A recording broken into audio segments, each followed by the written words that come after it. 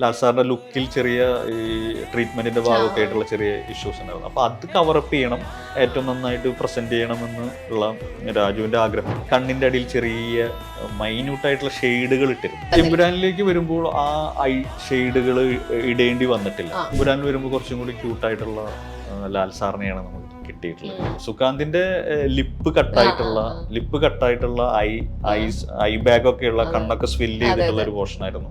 ആ മേക്കപ്പ് ഒരു prosthetic makeup ആണ്. അതൊരു 2 hour വേണ്ടി വന്നിട്ടുണ്ട് അത് ചെയ്യാൻ.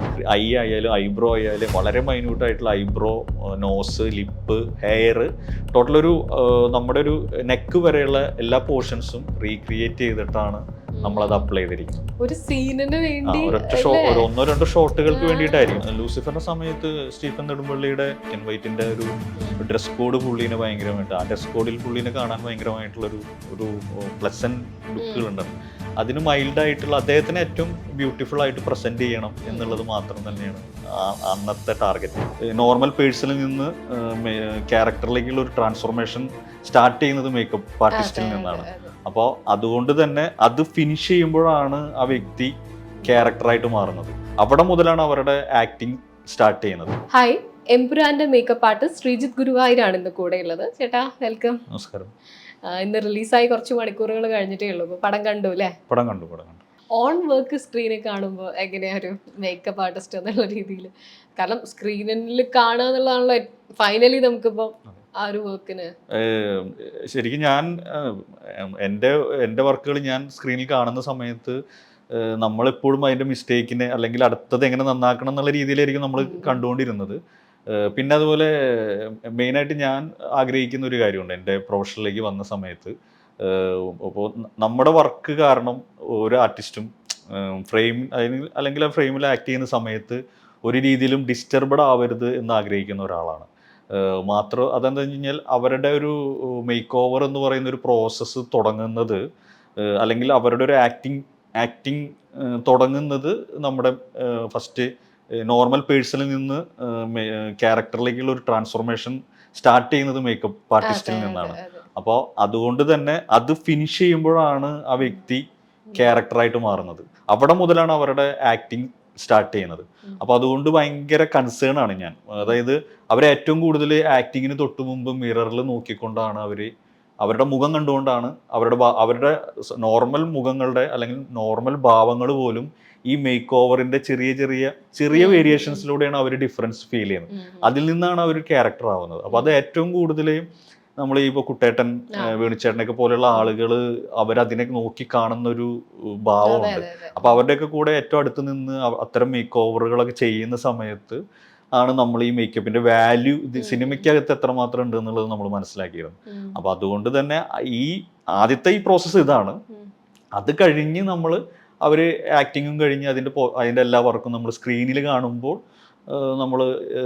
നമ്മളുടെ വർക്ക് എത്രമാത്രം അതിനകത്ത് ഇനിയും നന്നാക്കാനുണ്ട്, അല്ലെങ്കിൽ ആ സിനിമയെ എത്രമാത്രം എൻഹാൻസ് ചെയ്തില്ലെങ്കിൽ പോലും ഡിസ്റ്റർബ് ചെയ്യാതെ ഓഡിയൻസ് സിനിമ കാണുമ്പോൾ എൻ്റെ പ്രൊഫഷണൽ വെച്ച് എനിക്ക് മേക്കപ്പ് എന്ന് പറയുന്ന പ്രോസസ്സ് ഒരു രീതിയിലും ഓഡിയൻസിനെ ഡിസ്റ്റർബ് ചെയ്യാതെ ആ സിനിമ ആസ്വദിക്കാൻ മറ്റുള്ളവർക്ക് പറ്റണം, അല്ലെങ്കിൽ റിവ്യൂ നല്ലതാവണമെന്ന് ആഗ്രഹിച്ചുകൊണ്ടാണ് വർക്ക് ചെയ്യാറ്.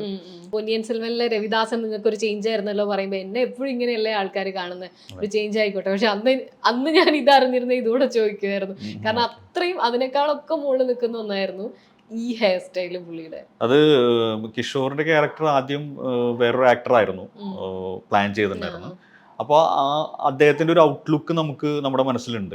ആ ഔട്ട്ലുക്ക് ആ റിയലായിട്ട് ഫിക്സ് ചെയ്ത ക്യാരക്ടർ ആള് മാറിയപ്പോൾ ആ ഔട്ട്ലുക്കിലേക്ക് കിഷോർ എന്ന് പറയുന്ന ആക്ടറെ നമുക്ക് എങ്ങനെ എത്തിക്കാം എന്നുള്ളതായിരുന്നു ഡിസ്കഷൻ.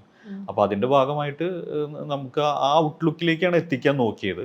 അപ്പം ഞാൻ പ്ലാൻ ചെയ്തിരുന്നു 1-2 ലുക്കുകൾ. പക്ഷേ പുള്ളി എൻ്റെ മനസ്സിൽ എന്ത് കഴിഞ്ഞാൽ ഒരു 3/4 ബാൽഡ് നമ്മുടെ സൈഡിൽ ഫുൾ ബാൽഡ് അല്ലാതെ പുള്ളിക്ക് ഒരു 3/4 ബാൽഡാണ് റിയൽ.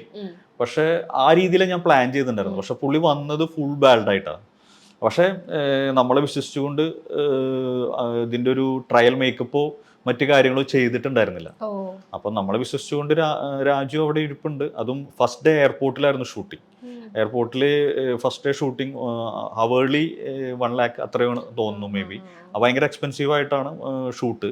അപ്പോൾ എനിക്ക് പുള്ളി ഫുൾ ബാൽഡിൽ വന്ന മൊമെൻറ്റിൽ ഞാൻ കുറച്ച് പാനിക്കായി. അതായത് പുള്ളി നേരെ പുള്ളി നേരെ വരുന്നു, പിന്നെ നമുക്ക് മേക്ക് ഓവർ ചെയ്യാനുള്ള സമയം, അത് കഴിഞ്ഞ് ആഫ്റ്റർ ഷൂട്ട്, ഇതായിരുന്നു പ്ലാൻ. അപ്പോൾ പുള്ളീനെ നമ്മൾ പ്ലാൻ ചെയ്തുകൊണ്ട് തന്നെ എയർപോർട്ടിന് അടുത്താണ് പുള്ളിക്ക് സ്റ്റേ കൊടുത്തത്. പുള്ളി വേറൊരു ലൊക്കേഷനിൽ നിന്ന് വന്ന് നൈറ്റ് ഷൂട്ട് കഴിഞ്ഞ് വന്ന് നേരെ നമ്മുടെ മുന്നിൽ വന്ന് ഇരിക്കുമ്പോൾ ഞാൻ കാണുന്നത് ഫുൾ ബാൽഡായിട്ടാണ്. ആക്ച്വലി നമ്മൾ 3/4 ആകുമ്പോൾ നമുക്ക് കുറച്ച് ഈ ഒരു പോർഷൻ മാത്രമാണ് നമുക്ക് ചെയ്യേണ്ടി വരുന്നുള്ളൂ. പക്ഷെ പുള്ളിനെ കണ്ടപ്പോൾ ഞാൻ കുറച്ച് പാനിക്കായി. പക്ഷെ നമ്മൾ അതിൻ്റെ ഓപ്ഷൻസ് നമ്മൾ 1-2 ഓപ്ഷൻസ് എടുത്തിട്ടുണ്ടായിരുന്നു. അപ്പോൾ അതിലൊരു ഓപ്ഷനിലൂടെയാണ് നമ്മളൊരു കുറച്ച് ആ മേക്ക് ഓവർ, ആ വിഗിൻ്റെ പ്രോസസ്സ് കുറച്ചുകൂടെ കുറച്ച് പണിയുണ്ടായിരുന്നു. പിന്നെ നമ്മൾ അതിൻ്റെ ഒരു ഫൈനൽ ഫോം എത്തിയപ്പോൾ നമ്മൾ കുറച്ചുകൂടെ കോൺഫിഡൻസ് ആയി. പിന്നെ നമ്മുടെ വർക്കിൻ്റെ ഒരു പ്രോസസ്സോ എന്തോ പുള്ളി ഭയങ്കര കംഫർട്ടായിരുന്നു. ഔട്ട്ലുക്ക് ലാസ്റ്റ് പുള്ളി മിററിൽ കണ്ടപ്പോൾ തന്നെ പുള്ളി ഭയങ്കര ഹാപ്പി ആയിരുന്നു. ഇതിൽ പറഞ്ഞില്ലേ ഇപ്പോൾ നമ്മുടെ ആ ഹെയർ നിങ്ങൾ ഓൾറെഡി പ്ലാൻ ചെയ്ത് വെച്ച 1-2 ഉണ്ടാവുമല്ലോ, വിഗുകൾ ഉണ്ടാവുമല്ലോ.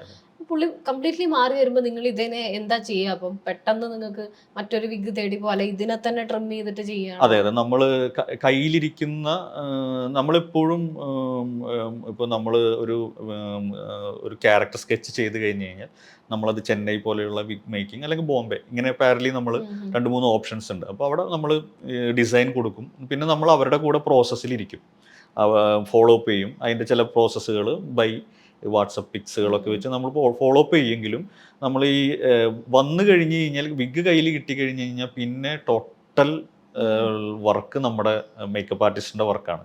അപ്പോൾ ചിലപ്പോൾ ബാൽഡ് അദ്ദേഹത്തിൻ്റെ ഹെഡിന് മീൻസ് മെഷർമെൻറ്റ് ചില വ്യത്യാസങ്ങളുണ്ടാവാം. അപ്പോൾ അത്തരം ചില ടെക്നിക്കുകളും മറ്റു കാര്യങ്ങളും വെച്ച് പിന്നെ നമ്മൾ ടോട്ടലി അദ്ദേഹത്തിൻ്റെ ഫേസിലേക്ക് ഏത് ലുക്കിലേക്ക്, നമുക്കൊരു എക്സിക്യൂട്ടീവ് ലുക്കാണോ അല്ലെങ്കിൽ കുറച്ച് റഫ് ലുക്കാണോ, അല്ലെങ്കിൽ അത്തരം ഇത് ഡിസൈഡ് ചെയ്യുന്നത് ഈ പറഞ്ഞ മേക്കപ്പ് ആർട്ടിസ്റ്റ് കയ്യിൽ കിട്ടിയ വിഗിനെ എങ്ങനെ അതിലേക്ക് എത്തിക്കാമെന്നുള്ളതാണ്. പിന്നെ നമ്മുടെ കൈയും കത്രയും തമ്മിലുള്ള ആ ഒരു എക്സ്പീരിയൻസ് ആണ് പിന്നെ വർക്കായി ഒരു ഘട്ടം എത്തുമ്പോൾ നമ്മൾ പോലും അറിയാതെ നമ്മളതിലേക്ക് ഭയങ്കരമായിട്ട് ഇൻട്രാക്ട് ചെയ്യും. ആ മൊമെന്റിലാണ് നമ്മൾ ആ പ്രോസസ്സ് എൻജോയ് ചെയ്ത് തുടങ്ങുന്നത്. നമ്മളെ എത്രമാത്രം ചില ഈ പറഞ്ഞ പോലെ ചില കാര്യങ്ങൾ പ്രോപ്പറായിട്ട് പ്ലാൻ ചെയ്തത് പോലും നടക്കാതെ വരുന്ന സമയത്ത് നമ്മളൊരു സ്ട്രഗിൾ ഉണ്ട്. ആ സ്ട്രഗിളും നമ്മുടെ ഈ പറഞ്ഞ പ്രോസസ്സും ഒരു പോയിന്റിലെത്തുമ്പോൾ രണ്ടും ഈക്വലായിട്ട് നമ്മളെ ലിഫ്റ്റ് ചെയ്യും. അപ്പോൾ ആ പ്രോസസ്സ് പക്ഷേ നമുക്ക് ചുറ്റുമുള്ള നമ്മുടെ അസിസ്റ്റൻസ് അങ്ങനെയുള്ളവരുടെ ഒക്കെ നോട്ടത്തിൽ നിന്നും ഒക്കെയാണ് നമ്മൾ സൈലൻ്റ് ആയിട്ട് ഒബ്സർവ് ചെയ്യുക. നമ്മൾ വർക്ക് ചെയ്തുകൊണ്ടിരിക്കുമ്പോൾ പോലും അസിസ്റ്റൻസിനോടുള്ള ചില നോട്ടങ്ങൾ ഉണ്ടാവും. അപ്പോൾ അവരുടെ നോട്ടത്തിൽ അറിയാം കുഴപ്പമാണ് അല്ലെങ്കിൽ പ്രശ്നമാണ് എന്ന് പറയുമ്പോൾ നമ്മൾ ഓക്കെ. അപ്പോൾ ചിലപ്പോൾ നമ്മൾ പെട്ടെന്ന് എടുക്കും ഡിസിഷൻ. അതായത് ചിലപ്പോൾ ഒരു 1/2 hour ഒക്കെ വർക്ക് ചെയ്ത് കഴിഞ്ഞിട്ട് പെട്ടെന്ന് നമ്മൾ റിമൂവ് ചെയ്യും. വർക്ക് ആവുന്നില്ല എന്ന് കണ്ടുകഴിഞ്ഞാൽ പെട്ടെന്ന് റിമൂവ് ചെയ്ത് നമ്മൾ റീപ്ലേസ് ചെയ്യും. അതുപോലെ ഇതിനകത്ത് ഈ പറഞ്ഞ കിഷോറിന്റെ പ്രോസസ്സിൽ ഒരു ഘട്ടം എത്തിയ സമയത്ത് പെട്ടെന്ന് നമ്മൾ എടുത്ത് വീണ്ടും അത് റീകട്ട് ചെയ്ത് പ്രോസസ്സ് ചെയ്തിട്ടാണ് അത് ചെയ്തത്. പക്ഷേ സ്ക്രീനിൽ കണ്ടപ്പോൾ ഒരുവിധം നമ്മുടെ സുഹൃത്തുക്കളായാലും എല്ലാ അത്യാവശ്യം ഇത്തരം മേക്കപ്പുകൾ കൂടുതലായിട്ട് ഫോക്കസ് ചെയ്ത് ശ്രദ്ധിക്കുന്ന ആളുകൾ നല്ല റിവ്യൂ തന്നൊരു വർക്കാണ് അത് കിഷോറിന്റെ ലുക്ക്. എബ്രാം ഖുറേഷിയും അതുപോലെ സ്റ്റീഫൻ നെടുമ്പള്ളിയും അന്ന് ലൂസിഫർ ആലോചിക്കുമ്പോൾ എങ്ങനെ മാറ്റം വേണം, എന്ത് മേക്കപ്പിൽ മാറ്റം വേണം, അതെന്തായിരുന്നു അന്ന് ആലോചിച്ചിരുന്നത്? അന്നത്തെ ലൂസിഫറിന്റെ സമയത്ത് സ്റ്റീഫൻ നെടുമ്പള്ളിയുടെ മാറ്റങ്ങളും പലതിലും പറഞ്ഞിട്ടുള്ളതുമായിട്ടുള്ള ഒരു ഇൻഫർമേഷൻ തന്നെയാണ്. വൈറ്റ് ആൻഡ് വൈറ്റിൻ്റെ ഒരു ഡ്രസ് കോഡ് പുള്ളീനെ ഭയങ്കരമായിട്ട്, ആ ഡ്രസ് കോഡിൽ പുള്ളീനെ കാണാൻ ഭയങ്കരമായിട്ടുള്ളൊരു പ്ലസന്റ് ലുക്കുകളുണ്ടായിരുന്നു. അതിന് മൈൽഡായിട്ടുള്ള അദ്ദേഹത്തിനെ ഏറ്റവും ബ്യൂട്ടിഫുൾ ആയിട്ട് പ്രസന്റ് ചെയ്യണം എന്നുള്ളത് മാത്രം തന്നെയാണ് അന്നത്തെ ടാർഗറ്റ്. അപ്പോൾ അതുകൊണ്ട് സ്റ്റീഫൻ എന്താന്നുള്ളത് നമ്മൾ കണ്ടു കഴിഞ്ഞു. പിന്നെ എബ്രാം ഖുറേഷിയുടെ കാര്യത്തിലേക്കും അദ്ദേഹത്തിനെ എൻഹാൻസ് ചെയ്തിരിക്കുന്ന ആ 2 സൈഡിലുള്ള നരകളാണ്, ആ നരയാണ്. ആ നരയിൽ നിന്ന് പിന്നെ നമ്മളിപ്പോൾ എമ്പുരാനിലെ നരകളും അത് തന്നെയാണ് ഫോളോ ചെയ്ത് നമുക്കൊരു എബ്രാം ഖുറേഷി എന്താന്നുള്ളത് നമുക്ക് കിട്ടിക്കഴിഞ്ഞു. പിന്നെ നമ്മളത് ഫോളോ അപ്പ് പോലെ അത് ഫോളോ ചെയ്തിരിക്കും. മാറ്റങ്ങളായിട്ട് അധികം നമ്മൾ അതിനകത്ത് വർക്ക് ചെയ്തിട്ടില്ല. നമ്മൾ ചെറിയ രീതിയിലുള്ള മാറ്റം, പിന്നെ അദ്ദേഹത്തിനെ ഏറ്റവും നന്നായി പ്രസന്റ് ചെയ്യണം എന്നുള്ളത് രാജുവിന്റെ കൃത്യമായ നിരീക്ഷണം ഉണ്ടായിരുന്നു. അതിന്റെ ഇൻസ്ട്രക്ഷൻ തന്നെയാണ് അത് ഫോളോ ചെയ്തിരിക്കുന്നത്. ഇപ്പൊ നര നമുക്ക് എങ്ങനെ വേണേ യൂസ് ചെയ്യാലോ. അപ്പൊ വില്ലനിലും ചേട്ടൻ തന്നെ ചെയ്തിട്ടുള്ള, അപ്പം താടിയിലെ നര അങ്ങനെ തന്നെ കൊടുക്കാമെന്ന് പല ഓപ്ഷൻസ് നോക്കിയിട്ടാണോ അതിലേക്ക് എത്തി? അതൊരു അന്നത്തെ അവർ ആ ഒരു ഡിസിഷൻസിൽ എടുത്തിട്ടുള്ള ഒരു ഡിസൈൻ ലുക്കാണ്. പിന്നീട് നമ്മളത് എമ്പുരാനിൽ അത് ഫോളോ ചെയ്തു മാത്രം. അതിനകത്ത് അദ്ദേഹത്തിന് ഏറ്റവും ഗാംഭീര്യമുള്ള നര അവിടെയാണ് എന്ന് ഫീൽ ചെയ്തുകൊണ്ടാണ് അതിന് ആ ഡിസൈൻ ലുക്കിലേക്ക് എത്തിയത്. അത് ആ ലുക്ക് ഭയങ്കര വർക്കായതാണ്. അതെ അതെ. അതുപോലെ സയ്യിദ് മസൂദിന്റെ, പൃഥ്വിരാജിന്റെ ആ ഒരു ക്ലിയർ ആയിട്ട് ലൈൻ വെച്ചിട്ടുള്ള ബിയർഡാണ്. അത് സയ്യിദ് മസൂദിന്റെ ഔട്ട്ലുക്ക് അല്ലെങ്കിൽ ലുക്ക് ഡിസൈൻ പൂർണ്ണമായിട്ടും രാജു തന്നെ മെന്റലി പ്രിപ്പയർഡ് ആണ്. അപ്പോൾ രാജു സയ്യിദായിട്ട് രാജു വരുന്നു എന്ന് പറയുമ്പോൾ തന്നെ നമുക്കറിയാം രാജു ഓൾറെഡി പ്രിപ്പയർഡ് ആയിട്ടാണ് രാജു വന്നിരിക്കുന്നത്. അപ്പൊ അതുകൊണ്ട് പ്രത്യേകിച്ച് ചെയ്യാനില്ല. പിന്നെ അദ്ദേഹത്തിന്റെ ചാമും ആ ലുക്കും ടോട്ടൽ പുള്ളിയുടെ മനസ്സിൽ കൃത്യമായിട്ടുണ്ട് സയ്യിദിന്റെ കാര്യത്തിൽ. പിന്നെയും സയ്യിദിന്റെ ഫ്ലാഷ് ബാക്കിലാണ് നമ്മൾ ആ സയ്യിദിന്റെ അതേ മേക്ക് ഓവറിലേക്ക് ഉള്ള ചില കാർത്തികേയനെ കൊണ്ടുവരുന്നത്. അത് ഏകദേശം സിമിലർ നമ്മളെ ഒരു റോ ആയിട്ടാണ് ആ ഏരിയയിലൊക്കെ പിടിച്ചിരിക്കുന്നത്. കാർത്തികേയൻ ചെയ്ത ഇതില് എല്ലാരും ആ ക്യാരക്ടർ പോസ്റ്റർ വന്നപ്പോഴേ പറഞ്ഞിരുന്നു വളരെയധികം സിമിലർ ആയൊരു, പൃഥ്വിരാജിനോട് അത്ര സിമിലാരിറ്റി ഉള്ള കുട്ടി എന്നാണ് പലരും പറഞ്ഞിരുന്നത്. അത് ആക്ച്വലി അവർക്കുള്ള സിമിലാരിറ്റി മാത്രമാണ്, അല്ലാതെ എൻഹാൻസ് ചെയ്യാൻ നിങ്ങൾ എന്തൊക്കെ ചെയ്യുന്നത്? ഒരു 90% അത് രാജുവിന്റെ ഫൈൻഡിങ് ആണ്. സലാർ എന്ന് പറയുന്ന സിനിമയിലൂടെ തന്നെ കണ്ടെത്തിയത് കൊണ്ടും അന്ന് അദ്ദേഹം തീരുമാനിച്ചിട്ടുണ്ടാവാം എൻ്റെ ചൈൽഡ്ഹുഡ് എമ്പുരാനിൽ കാർത്തികേയൻ ദേവനാണ് എന്നുള്ളത്. അപ്പം അതുകൊണ്ട് ആ പ്രോസസ്സിനകത്ത് നമ്മൾ ഔട്ട്ലുക്കിൽ നമ്മളൊരു എന്താണോ അവൻ റോ ആയിട്ട് വന്നിരിക്കുന്നത് അതാണ് അവൻ എന്ന് തീരുമാനിക്കുകയും അതുകൊണ്ട് തന്നെ അവൻ്റെ ഫാമിലിക്കും ഒരു കഥ പറയാനുണ്ട് അതിനകത്ത്. അപ്പം അതിനകത്ത് നിൽക്കുന്ന ഒരു സീറോ മേക്കപ്പ് പോലെയുള്ള ഒരു ഫീലാണ് നമ്മൾ കൊടുത്തിട്ടുള്ളത്. അതുപോലെ തന്നെ നമ്മുടെ പ്രിയദർശിനി എന്ന് പറയുന്ന മഞ്ജു ചേച്ചിയുടെ ക്യാരക്ടറിന്റെ മേക്കപ്പും അതുപോലെ തന്നെയാണ്. അതിൽ ലെൻസ് വരുന്നുണ്ട് മഞ്ജു ചേച്ചിക്ക്. മഞ്ജു ചേച്ചിയുടെ ഹെയർ സ്റ്റൈൽ സ്ട്രെയിറ്റൻ ചെയ്ത ഒരു ഹെയർ സ്റ്റൈൽ കീപ്പ് ചെയ്യുന്നുണ്ട്.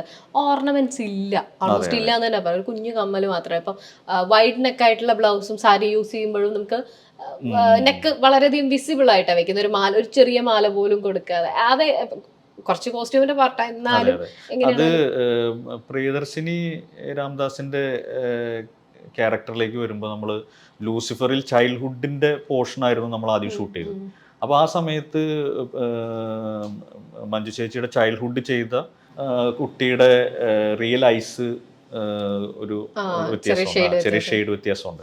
അപ്പോൾ അതുകൊണ്ട് ആ ഷെയ്ഡ് ശ്രീത്തെ ചേച്ചിക്ക് കൊടുക്കണം എന്ന് രാജുവിൻ്റെ ഒരു സ്റ്റേറ്റ്മെന്റ് ഉണ്ടായിരുന്നു. അപ്പോൾ അതിൻ്റെ ഒരു ഇൻസ്ട്രക്ഷൻ വെച്ചിട്ടാണ് നമ്മൾ മഞ്ജു ചേച്ചിക്ക് ആ ഷെയ്ഡ് നമ്മൾ കൊടുത്തത്. അത് പക്ഷേ ആ ക്യാരക്ടറിനെ കുറച്ചുകൂടെ എൻഹാൻസ് ചെയ്ത് കുറച്ചുകൂടെ നോട്ടങ്ങളിലൊക്കെ വളരെ ബോൾഡാണ്. അത് തന്നെയാണ് നമ്മൾ ഈ എമ്പുരാൻ എന്ന് പറയുന്ന സിനിമയിലും അത് ഫോളോ ചെയ്യണം എന്നുള്ളത് നമ്മുടെ ടെക്നിക്കൽ മേക്കപ്പിന്റെ ആവശ്യമാണ്. ഈ ഓർണമെന്റ്സിന്റെ ഒരു കാര്യത്തിലേക്ക് ഒരു സ്ത്രീയെ ഒരു എന്താ പറയാ ബോൾഡാക്കുക എന്ന് പറയുമ്പോൾ അവരുടെ ഓർണമെന്റ്സ്, പിന്നെ അത് മാത്രമല്ല ഓർണമെന്റ്സ് ഒക്കെ വന്നു കഴിഞ്ഞ് കഴിഞ്ഞാൽ അറ്റൻഷൻ മാറിപ്പോകും.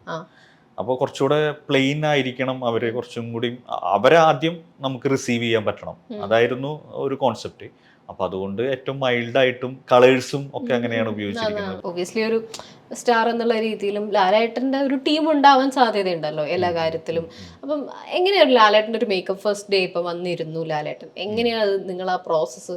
ഇപ്പം ശ്രീതേട്ടൻ തന്നെയാണോ കംപ്ലീറ്റ് ഡീൽ ചെയ്യുക? എമ്പുരാന്റെ ഫസ്റ്റ് ഡേ അന്ന് ലാൽ സാറിൻ്റെ കൂടെ അന്ന് എന്തോ ഹെയർ സ്റ്റൈലിസ്റ്റ് മാത്രമേ ഉണ്ടായിരുന്നുള്ളൂ. പിന്നെ ഞാനുള്ളത് കൊണ്ട് തന്നെ എനിക്ക് തോന്നുന്നത് ലഡാക്ക് പോർഷനാണ് എന്ന് തോന്നുന്നു. അതായത് ഫസ്റ്റ് 2 days ഷൂട്ടാണെന്ന് തോന്നുന്നു.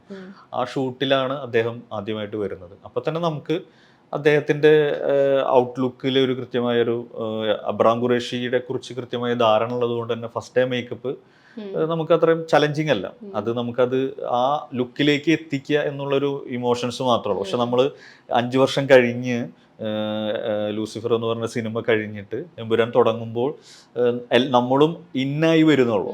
ഓട്ടോമാറ്റിക് നമ്മൾ അതിലേക്ക് ഇന്നായി വരുന്നുള്ളൂ. അപ്പോൾ ഫസ്റ്റ് ഡേ എന്ന് പറയുന്നത് നമുക്ക് എപ്പോഴും ആർട്ടിസ്റ്റുമായിട്ട് ഫസ്റ്റ് ഡേ എന്ന് പറയുന്നത് നമുക്ക് കുറച്ചൊരു എക്സൈറ്റ്മെൻറ്റും പിന്നെ നമ്മൾ ആ വർക്കിൻ്റെ ഒരു ചെറിയ ചലഞ്ചിങ് ചെറുതാണെങ്കിലും നമുക്ക് അതിൻ്റെ ഒരു ട്രാവലിംഗ് തുടങ്ങുമ്പോൾ അത്ര സ്മൂത്ത് ആവില്ല. പക്ഷെ ഇദ്ദേഹത്തിനെ പോലൊരാള് വന്നിരിക്കുമ്പോൾ ആ പ്രോസസ്സ് വളരെ ഭയങ്കര സ്മൂത്ത് ആൻഡ് എൻജോയ് ചെയ്യുന്ന മൊമെന്റ് ആയി മാറും. അപ്പം എപ്പോഴും അറിയാം ആ ഫസ്റ്റ് ഡേ പോലും നമ്മൾ നരകൾ കൃത്യമായിട്ട് മീശയുടെ സൈഡിലുള്ള നരകളും എല്ലാം ഇട്ട് നമ്മൾ അബ്രാം ഖുറേഷി ആയില്ലേ എന്നുള്ള നമ്മുടെ ചില നോട്ടങ്ങളും കാര്യങ്ങളും. അപ്പൊ പുള്ളി എൻ്റെ കയ്യിൽ നരയുടെ ബ്രഷ് ഉണ്ടെങ്കിൽ പുള്ളി കൈ പിടിച്ചിട്ട് മോനെ എന്ന് പറഞ്ഞിട്ട് അത്രയും ഫണ്ണിയാണ് പുള്ളി. അപ്പൊ നമ്മൾ അത്രയും കംഫർട്ട് ആക്കുക. അപ്പൊ അതുകൊണ്ട് തന്നെ നമ്മളത് വന്നു ഓക്കെ അബ്രാം ഖുറേഷി ആയി, ഫുൾ കോസ്റ്റ്യൂം ഇട്ട് സ്പെക്സും വെച്ച് ഇൻട്രോ സീനിലേക്ക് പോകുന്നതാണെന്നുണ്ട് മേ ബി എൻ്റെ ഓർമ്മ ശരിയാണെങ്കിൽ. പുള്ളി ആ ഇട്ട് നിൽക്കുന്ന മോനെ ഓക്കെ അല്ലേ എന്ന് ചോദിക്കുന്ന സമയത്ത് ഞാനുണ്ട്, സുഹിത്തുണ്ട്, കോസ്റ്റ്യൂമർ സുഹിത്തുണ്ട്. അപ്പോൾ നമ്മൾ പരസ്പരം ആ ലുക്കിൽ ഓക്കെ പരിപാടിയായിരുന്നു. നമ്മൾ ഭയങ്കര ഹാപ്പി ആയിട്ട് ആർട്ടിസ്റ്റിന്റെ കൂടെ ഇദ്ദേഹത്തിന്റെ കൂടെ പോകുന്നു. രാജു റിസീവ് ചെയ്യുന്ന രാജുവിന്റെ മുഖത്ത് എൻ്റെ അബ്രാം ഖുറേഷി എന്ന് പറയുന്ന അദ്ദേഹത്തിന്റെ ഒരു ഹാപ്പിനെസ്സും ഉണ്ട് അവിടെ. നമ്മളെ എന്ന് പറയുന്ന ഒരു പ്രോസസ്സായിരുന്നു ഫസ്റ്റ് ഡേ പ്രോസസ്സ്, ലാൽ സാറുമായിട്ടുള്ള എക്സ്പീരിയൻസ്. എമ്പുരാനിലേക്ക് ലൂസിഫറിൽ ആദ്യമായിട്ട് ഇപ്പൊ ബ്രോഡാഡിയിലും ഒക്കെ ലാൽ സാറിന്റെ വില്ലനിലും ഒക്കെ ചെയ്തിട്ടില്ല, പക്ഷെ എന്നാലും ഇങ്ങനെ ഒരു ഇതിലേക്ക് വരുന്ന സമയത്ത് ഇപ്പം എല്ലാ സിനിമകളും എടുത്താലും പുള്ളിയുടെ കോസ്റ്റ്യൂമറോ പുള്ളിയുടെ മേക്കപ്പ് മാൻ ആണെങ്കിലോ അവരും ചേർന്ന് ഇപ്പൊ ശ്രീതേട്ടൻ പറയുകയാണ് ഇങ്ങനെയൊക്കെയാണെന്ന് പറഞ്ഞാൽ അവര് ചെയ്യുന്ന ഒരു കാര്യം വരാറുണ്ടോ? അല്ലെങ്കിൽ കൂടുതലും നമുക്ക് ചലഞ്ചിങ് ആയിട്ട് അല്ലെങ്കിൽ പ്രോസ്തെറ്റിക് പ്രോസസ്സുകൾ ഒക്കെ വരുമ്പോഴാണ് കൂടുതൽ ഇന്ററാക്ട് ചെയ്യാൻ പറ്റാറ്. ഇപ്പൊ ലൂസിഫറിനൊക്കെ ഫസ്റ്റ് ഡേ അവരൊരു ടീം തന്നെയുണ്ട്. അപ്പൊ ആ സമയത്ത് നമുക്കുണ്ടായിരുന്ന ഒരു കൺസേൺ എന്താന്ന് വെച്ച് കഴിഞ്ഞാല് അന്ന് ഈ പറഞ്ഞ പോലെ ലാൽ സാറിന്റെ ലുക്കിൽ ചെറിയ ഈ ട്രീറ്റ്മെന്റിന്റെ ഭാഗമൊക്കെ ആയിട്ടുള്ള ചെറിയ ഇഷ്യൂസ് ഉണ്ടായിരുന്നു. അപ്പൊ അത് കവറപ്പ് ചെയ്യണം, ഏറ്റവും നന്നായിട്ട് പ്രസന്റ് ചെയ്യണമെന്ന് ഉള്ള രാജുവിന്റെ ആഗ്രഹം, അതുപോലെ സുജിത്തേട്ടൻ ക്യാമറമാൻ്റെ ആഗ്രഹം. അപ്പോൾ അതിൻ്റെ ഇൻസ്ട്രക്ഷനിൽ നമ്മൾ കണ്ണിൻ്റെ അടിയിൽ ചെറിയ മൈന്യൂട്ടായിട്ടുള്ള ഷെയ്ഡുകൾ ഇട്ടിരുന്നു, വളരെ മൈന്യൂട്ടായിട്ട്. അപ്പോൾ അത് പക്ഷേ ആ അദ്ദേഹത്തിൻ്റെ കണ്ണിൻ്റെ ഇമ്പാക്റ്റ് അല്ലെങ്കിൽ പവർ, ഐ ബാഗ് പോലെ ഒരു ചെറിയ ഷെയ്ഡിങ്, ഫ്ലാറ്റായി പോകുന്ന ചില സ്ഥലങ്ങളിൽ ചെറിയ ഷെയ്ഡിങ്, അത് മാത്രമേ ലൂസിഫർ എന്ന് പറഞ്ഞ സിനിമയ്ക്കകത്ത് സ്റ്റീഫന് വേണ്ടി നമ്മൾ എക്സ്ട്രാ വെച്ചിട്ടുള്ളൂ. പിന്നെ ചെറിയ നിരകളൊക്കെ ആയിട്ടുള്ള ഒരു ഇതിലേക്ക് വരുമ്പോൾ ഐ ബാഗിന്റെ മേക്കപ്പ് വീണ്ടും വരുന്നുണ്ട് എമ്പുരാനിലേക്ക്. എമ്പുരാനിലേക്ക് വരുമ്പോൾ ആ ഐ ഷെയ്ഡുകൾ ഇടേണ്ടി വന്നിട്ടില്ല. നമ്മളിൽ ഉണ്ടായിരുന്നു, നമ്മൾ കൺസേൺ ആയിരുന്നു. പക്ഷെ എമ്പുരാനിൽ വരുമ്പോൾ കുറച്ചും കൂടി ക്യൂട്ടായിട്ടുള്ള ലാൽ സാറിനെയാണ് നമുക്ക് കിട്ടിയിട്ടുള്ളത്. അത് അബ്രാം ഖുറേഷി ആയിട്ട് ഫസ്റ്റ് ഡേ തുടങ്ങുമ്പോൾ തന്നെ നമുക്ക് മനസ്സിലുണ്ടായിരുന്നു വൈറ്റ് ആൻഡ് വൈറ്റിലുള്ള സ്റ്റീഫൻ എങ്ങനെയാകുമെന്നുള്ളത് നമുക്കറിയായിരുന്നു. അതുകൊണ്ട് അത് അത്ര ചലഞ്ചിങ് ആയിരുന്നു എല്ലാവരും.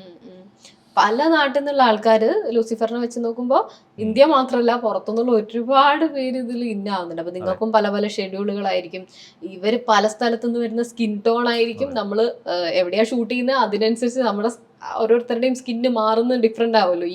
ഇപ്പൊ ഒരു ആഫ്രിക്കൻ പേഴ്സണും അമേരിക്കൻ പേഴ്സണും തമ്മിൽ തന്നെ ഒരേ സ്ഥലത്ത് കൊണ്ട് നിർത്തിയ ടോൺ മാത്രമല്ലല്ലോ മാറുക. അപ്പൊ നിങ്ങളത് എങ്ങനെയാ ഇപ്പൊ ഒരു സ്ഥലത്തിന്റെ പലതരം ആളുകൾ വരുമ്പോ ഇത് മാനേജ് ചെയ്യുന്നതും? ഇപ്പൊ ചിലപ്പോ ഒരു ക്ലൈമറ്റ് മാറുമ്പോ ഇതും മാറാലോ, ഡ്രൈനെസ്. നമ്മള് ഇപ്പൊ സിനിമയിൽ ഉപയോഗിക്കുന്ന മേക്കപ്പ് എപ്പോഴും മറ്റ് ഇപ്പൊ നമ്മളെ പുറത്തുള്ള മേക്കപ്പ് പോലെയല്ല. നമ്മളെ സ്കിൻ ടോൺ, അതായത് മേക്കപ്പ് ചെയ്യുമ്പോൾ പോലും അതിനകത്ത് മേക്കപ്പ് ഫീൽ ഇല്ലാതെ അവരുടെ സ്കിൻ ടോണിനനുസരിച്ച് ചെയ്യുക എന്നുള്ളതാണ് നമ്മുടെ ഒരു ഉത്തരവാദിത്വം. അപ്പോൾ അത് നമുക്ക് സ്കിന്നുകൾ ഷെയ്ഡ് അനുസരിച്ചിട്ട് ഇപ്പോൾ ബ്ലാക്ക് ആയാലും വൈറ്റ് ആയാലും അല്ലെങ്കിൽ നമ്മൾ ഇന്ത്യൻ സ്കിൻ ടോണുകളൊക്കെ, ഇതൊക്കെ ഈ സ്കിൻ ടോണുകളെ കുറിച്ച് കൃത്യമായ ഒരു അവയർനെസ് ഉണ്ടെങ്കിൽ നമുക്കതിലേക്ക് ഈസി ആയിട്ട് എത്താൻ പറ്റും. പിന്നെ ഇപ്പോൾ ഫോറിൻ ചില സ്കിൻ ടോണിൽ ചില ആളുകൾക്ക് ഇപ്പോൾ റോബർട്ട് മെക്കർട്ടി എന്ന് പറഞ്ഞിട്ടുള്ള അദ്ദേഹത്തിൻ്റെ സ്കിൻ ടോണിന് ഒരു ചെറിയൊരു ഭയങ്കര റെഡിഷ് സ്വഭാവം ഉണ്ടായിരുന്നു. ഭയങ്കര റെഡ് ടോണാണ് പുള്ളിയുടെ ഫേസ്. അപ്പോൾ പുള്ളിയുടെ റെഡ് ടോൺ നമുക്ക് കട്ട് ഓഫ് ചെയ്തിട്ട് വൈറ്റ് ടോണിലേക്ക് എത്തിക്കണമായിരുന്നു. അപ്പോൾ അതിന് നമ്മുടെ കയ്യിൽ അതിന് വേണ്ടിയുള്ള പ്രൊഡക്റ്റുകൾ ഉപയോഗിച്ച് ഒരു 10 മിനിറ്റ്സ് കഴിയുമ്പോൾ ഓട്ടോമാറ്റിക്കായി നോർമൽ ആവും. പക്ഷെ പുള്ളിയുടെ റിയൽ ടോൺ റെഡ് ടോൺ ആണ്. പുള്ളി അത് പറഞ്ഞിരിക്കുന്നത് എൻ്റെ ടോൺ കുറച്ച് പ്രശ്നമാണ്, അത് സ്കിന്നിൻ്റെ ഒരു ഇഷ്യൂ ആണ് എന്ന് പറഞ്ഞാൽ ഓക്കെ, നമുക്കത് അത്തരം കറക്ഷൻസുകൾ നമുക്ക് ഇതിനകത്ത്, അതാണ് നമ്മളുടെ ബേസിക് പരിപാടി. ഏറ്റവും ഒരു കോസ്റ്റ്ലി മേക്കപ്പ് പ്രോഡക്റ്റ് എന്ന് ചോദിച്ചാൽ എംപുരാന്റെ കേസിൽ കോസ്റ്റ്ലി, അതൊരു ടെക്നിക്കൽ ഏരിയയാണ്, ഹിഡൻ ആയിട്ടുള്ള ഒരു ഏരിയയാണ്. പക്ഷെ നമുക്ക് വേണ്ടി വന്നിരിക്കുന്നത് പ്രോസ്തെറ്റിക് മേഖലയിലാണ്. അത് സിനിമയിലെ ഒരു 4-5 പോർഷനുകളിൽ വന്നിട്ടുണ്ട്. ഒരു പോർഷൻ എന്ന് പറയുന്നത് നമ്മുടെ സുകാന്ത് എന്ന് പറയുന്ന ഒരു ക്യാരക്ടറിന്റെ, അതിന്റെ ആ ക്യാരക്ടറിന്റെ കൺക്ലൂഷൻ ഉണ്ട്, അതിന്റെ ഒരു എൻഡ് പോർഷൻ ഉണ്ട്. അപ്പൊ അതിന്റെ ആ ക്യാരക്ടറിന്റെ വൂണ്ടുകള്, ഐ ബാഗ് സ്വെല്ല് ചെയ്തിട്ടുള്ള കണ്ണിന്റെ നല്ല കൃത്യമായിരുന്നു. നല്ല മൂക്കിലൊരു പാടൊക്കെ വരുന്ന വളരെ കൃത്യം, നമുക്ക് മുറിഞ്ഞാൽ എങ്ങനെ ഉണ്ടാവും അതുപോലെ തന്നെ ഫീൽ ചെയ്തായിരുന്നു. സുകാന്തിന്റെ ലിപ്പ് കട്ടായിട്ടുള്ള ഐ ബാഗ് ഒക്കെ ഉള്ള കണ്ണൊക്കെ സ്വെല്ല് ചെയ്തിട്ടുള്ള ഒരു പോർഷൻ ആയിരുന്നു അത്. ഈ പറഞ്ഞ പോലെ ആ മേക്കപ്പ് ഒരു പ്രോസ്തറ്റിക് മേക്കപ്പാണ്. അതൊരു 2 hour വേണ്ടി വന്നിട്ടുണ്ട് അത് ചെയ്യാൻ. അതുപോലെ ആരും ശ്രദ്ധിക്കപ്പെടാതെ അല്ലെങ്കിൽ നമ്മുടേതായിട്ടുള്ള ഹിഡൻ ജോലിയായിട്ടുള്ള ഒരു ഏരിയ ഉണ്ട്. അതായത് അഭിമന്യു സിംഗിന്റെ ക്യാരക്ടറിന്റെ കൺക്ലൂഷനിൽ ആഫ്റ്റർ ഡെത്ത് ആളുടെ ഫേസ് ടോട്ടലി മഡിലേക്ക് വെള്ളത്തിലേക്ക് വീഴുകയും ചെളി വന്ന് മഡ് വന്ന് ഫുൾ ഫേസ് കവറാവും. അപ്പൊ ആ കവറാവുന്ന സമയത്ത് ഓട്ടോമാറ്റിക് നമ്മൾ റിയൽ ആയിട്ട് ഒരാളെ ആക്ട് ചെയ്യുമ്പോൾ ഐ അടഞ്ഞു പോകും. ഐ തുറന്നു പിടിച്ചുകൊണ്ട് ഒരിക്കലും അത് ആക്ട് ചെയ്യാൻ പറ്റില്ല. അപ്പോൾ പക്ഷെ രാജു പറഞ്ഞു എനിക്ക് ഐ ഓപ്പൺ ആയിട്ടുള്ള ഒരു ഷോട്ടാണ് വേണ്ടത്, എന്ത് ചെയ്യാൻ പറ്റുമെന്നാണ്. അവിടെയാണ് നമ്മൾ പ്രോസ്തറ്റിക് അത് മൊത്തം റീക്രിയേറ്റ് ചെയ്തതാണ്. റിയൽ ഐ ഫേസ് മാത്രം, അത് വേറൊരാളിലാണ് നമ്മൾ അപ്ലൈ ചെയ്ത് അതൊരു അങ്ങനെയാണ് ആ പ്രോസസ്സ് ചെയ്തത്. പക്ഷെ അത് അഭിമന്യു സിംഗിന്റെ റിയൽ ഫേസ് നമ്മൾ മാസ്ക് എടുത്ത് മെഷർമെന്റ് എടുത്ത് അദ്ദേഹത്തിന്റെ ഐ എല്ലാം ടോട്ടലി നമ്മൾ റീക്രിയേറ്റ് ചെയ്ത് ഐ ആയാലും ഐബ്രോ ആയാലും വളരെ മൈന്യൂട്ടായിട്ടുള്ള eyebrow, nose, lip, hair, total ഒരു നമ്മുടെ ഒരു നെക്ക് വരെയുള്ള എല്ലാ പോർഷൻസും റീക്രിയേറ്റ് ചെയ്തിട്ടാണ് നമ്മളത് അപ്ലൈ ചെയ്തിരിക്കുന്നത്. ഒരു സീനിന് വേണ്ടി ഒരൊറ്റ ഒരു 1-2 ഷോട്ടുകൾക്ക് വേണ്ടിയിട്ടായിരിക്കും. പക്ഷെ അത്തരം ചില ടെക്നിക്കുകളും സിനിമയിൽ ഇതുവരെ കാണാത്ത ഡിഫറെൻ്റ് ആയിട്ടുള്ള ചില ചിന്തകളുമാണ് നമ്മൾ അവിടെ എത്തിക്കുന്നത്. ശരിക്കും പൊതുവെ ആ ഷോട്ടുകൾ ഉപയോഗിക്കുക ആർട്ടിസ്റ്റിന്റെ ഐ ക്ലോസ് ചെയ്തുകൊണ്ട് റിയൽ ആർട്ടിസ്റ്റിനെ തന്നെയാണ് ഉപയോഗിക്കുക. അപ്പൊ ഡെഡ് ഐ ആയി കഴിഞ്ഞ് കഴിഞ്ഞാൽ കണ്ണടച്ച് കഴിഞ്ഞ് കഴിഞ്ഞാൽ നമുക്കത് റിയൽ ആക്ടർക്ക് തന്നെ അത് ചെയ്യാൻ പറ്റും. പക്ഷെ ഇത് കണ്ണ് തുറന്നുകൊണ്ട് ഓൾറെഡി ഡെഡ് ആയിട്ടുണ്ട്. അപ്പൊ ഡെഡ് ഐ എന്ന് പറയുന്നത് ഓപ്പൺ ഐ ആയിരിക്കും, സ്റ്റക്ക് ആയിട്ടുള്ള ഐ ആയിരിക്കും.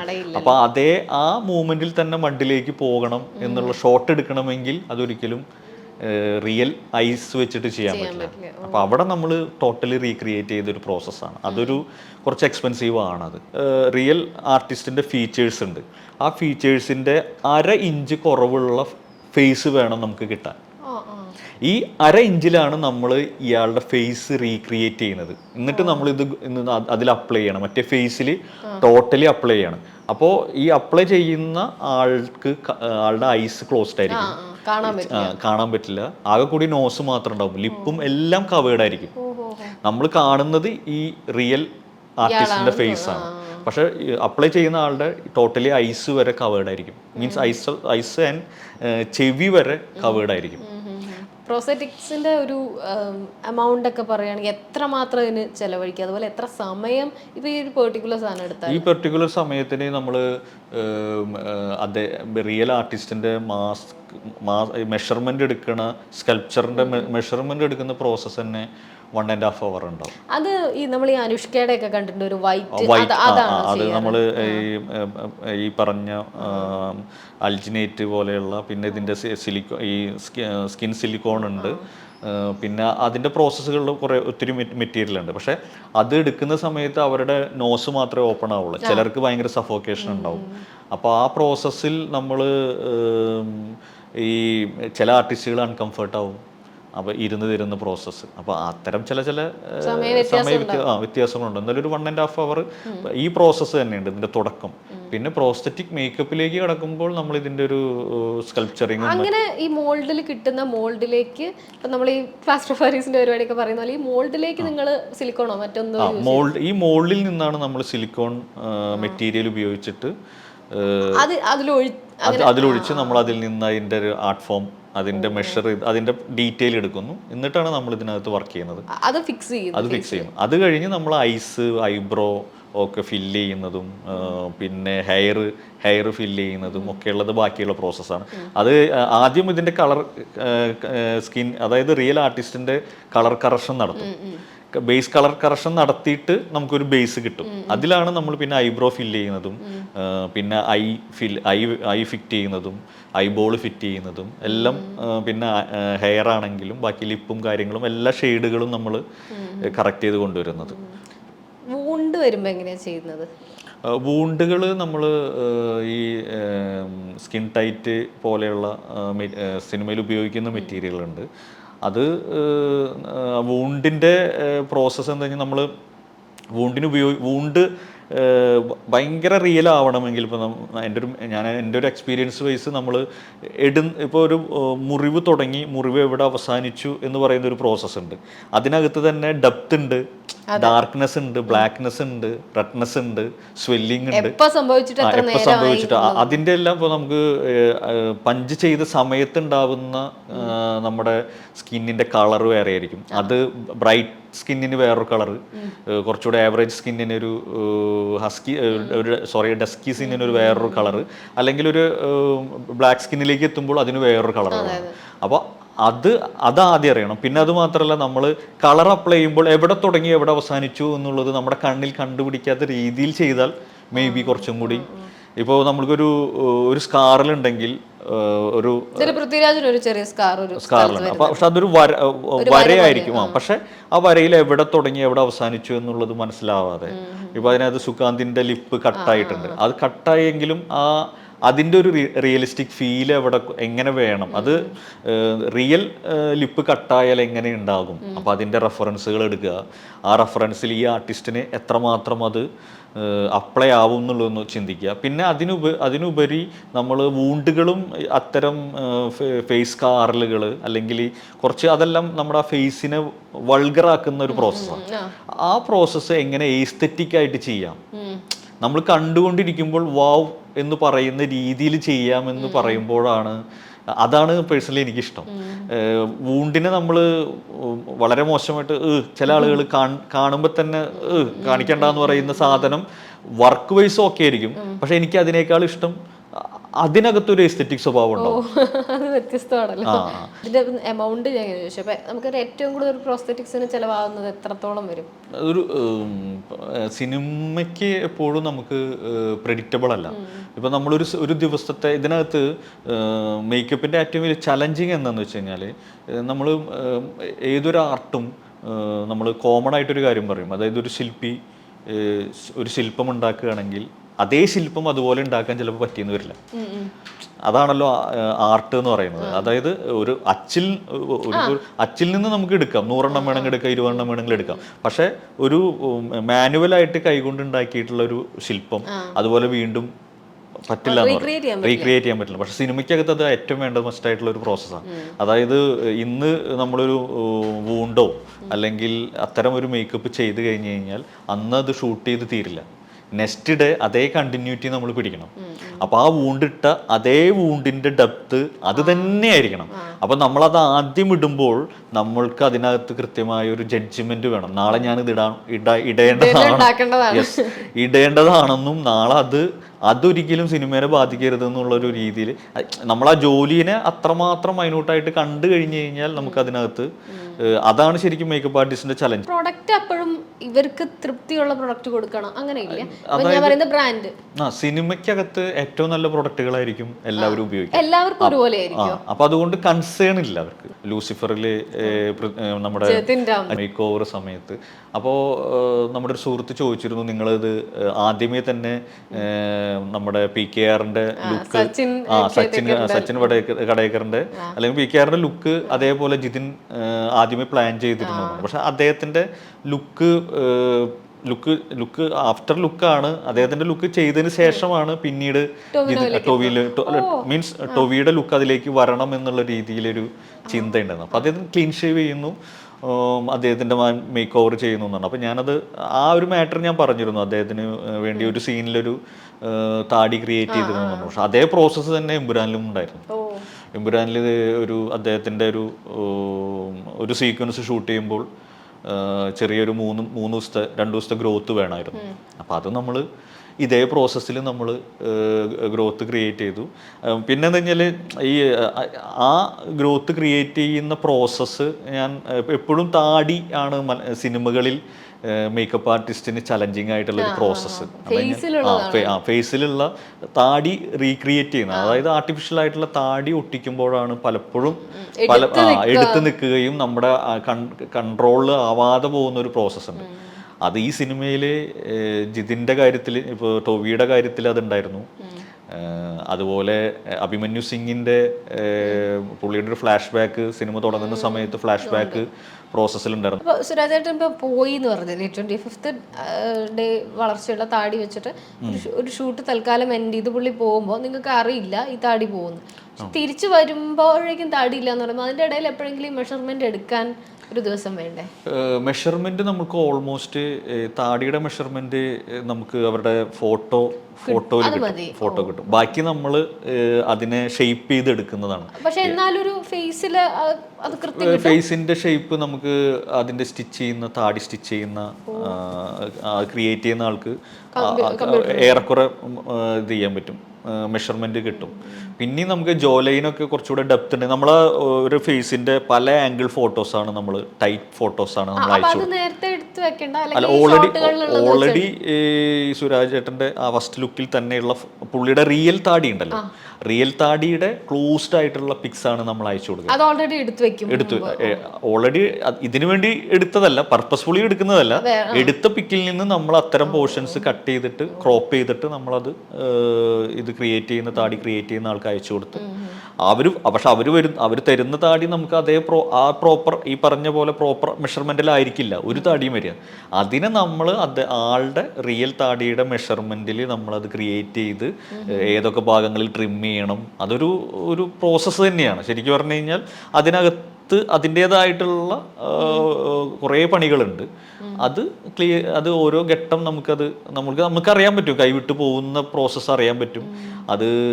അത് നമ്മൾ ഇതിനു മുമ്പും പല സിനിമകളും നമ്മൾ നേരിട്ടിട്ടുള്ളതാണ് ഇഷ്യൂസ്. അപ്പോൾ നമുക്ക് ഈ പ്രോസസ്സ് സിനിമയിൽ ഭയങ്കര സെൻസിറ്റീവ് ആണെന്നും നമ്മളതിനകത്ത് എത്രമാത്രം അല്ലെങ്കിൽ അത്രമാത്രം കോൺസെൻട്രേറ്റ് ചെയ്താലാണ് നമ്മളത് റിസൾട്ടായിട്ട് മാറുള്ളൂ എന്നറിയാം. അപ്പം നമ്മൾ മെൻ്റലി പ്രിപ്പയർഡ് ആവും. ഇപ്പോൾ ബ്രോഡാഡി, വില്ലൻ, ഇതിലൊക്കെ ലാൽ സാറിന് വേണ്ടി ചെയ്തിട്ടുണ്ട്. വില്ലനിലെ ലുക്ക് എല്ലാവരും എടുത്തു പറയുന്ന അത്രയും നരച്ച ലാൽ സാർ നമ്മൾ പഴയ സിനിമയിൽ വയസ്സായ കാലം കാണിക്കുമ്പോഴല്ലാതെ കണ്ടിട്ടുണ്ടാവില്ല. പക്ഷെ അത് ഭയങ്കര ബ്യൂട്ടിഫുൾ ആയിട്ടുള്ള ഒരു ലുക്കുമായിരുന്നു. ആ കാലത്തെ ലാലേട്ടനെ ആ ലുക്ക് ഒരുപാട് ആളുകൾ എങ്ങനെയാ അത് ആലോചിച്ചിട്ടുണ്ടായിരുന്നു? അല്ല, അന്ന് വില്ലന്റെ ലുക്കിലേക്ക് നമ്മൾ അത്രയധികം ഓൾറെഡി ഉണ്ണിസാറും ലാൽ സാറും കൂടി അവരും തന്നെ ആദ്യമേ തന്നെ പ്ലാൻ ചെയ്തിട്ടുള്ള ലുക്കാണത്. അപ്പോൾ അവിടെ നമുക്ക് അധികം നമ്മുടെ പ്രസൻസ് നരച്ച ലുക്ക് വേണമെന്നുള്ളതും അദ്ദേഹം അതിനുവേണ്ടി റിയൽ നരയുടെ പ്രോസസ്സിലേക്കാണ് അത് കൊണ്ടുവന്നിരിക്കുന്നത്. അപ്പോൾ റിയൽ നര വരുമ്പോൾ നമുക്ക് ഭയങ്കര സപ്പോർട്ടീവാണ്. നമുക്കധികം അതിനകത്ത് റീക്രിയേറ്റ് ചെയ്യേണ്ട കാര്യമില്ല. പിന്നെ അദ്ദേഹത്തിൻ്റെ ടീം ആ സമയത്തുണ്ടായിരുന്നു. അതിനകത്ത് നമുക്ക് അധികം പണി ഉണ്ടായിട്ടില്ല. പൃഥ്വിരാജിന്റെ ആ ഹെയർ സ്റ്റൈല് ഹെയർ സ്റ്റൈല് നമ്മൾ അതിനൊരു 2-3 തവണ നമ്മൾ പല സൈസുകളിൽ പല എക്സ്റ്റൻഷനാണത്. അത് ഒരു 2-3 സിറ്റിംഗ് ഒക്കെ ഇരുന്നിട്ടാണ് നമ്മൾ അതിലേക്ക് എത്തിയത്. ആക്ഷൻ ഹീറോ ബിജുവില് നിവിൻ പോലീസായി വരുന്ന ആ സമയത്ത് എല്ലാവരും എങ്ങനെ ഒരു പോലീസായിരിക്കും ആലോചിച്ച പോലെ തന്നെ ആയിരുന്നു ആ ലുക്കും മീശയൊക്കെ ആണെങ്കിലും. അത് ഫൈനൽ ചെയ്യുന്ന എളുപ്പമായിരുന്നു. ആക്ഷൻ ഹീറോ ബിജുവില് ഏറ്റവും കൂടുതൽ മെൻഷൻ ചെയ്യുന്നത് സുരാജ് ചേട്ടന്റെ ക്യാരക്ടറാണ്.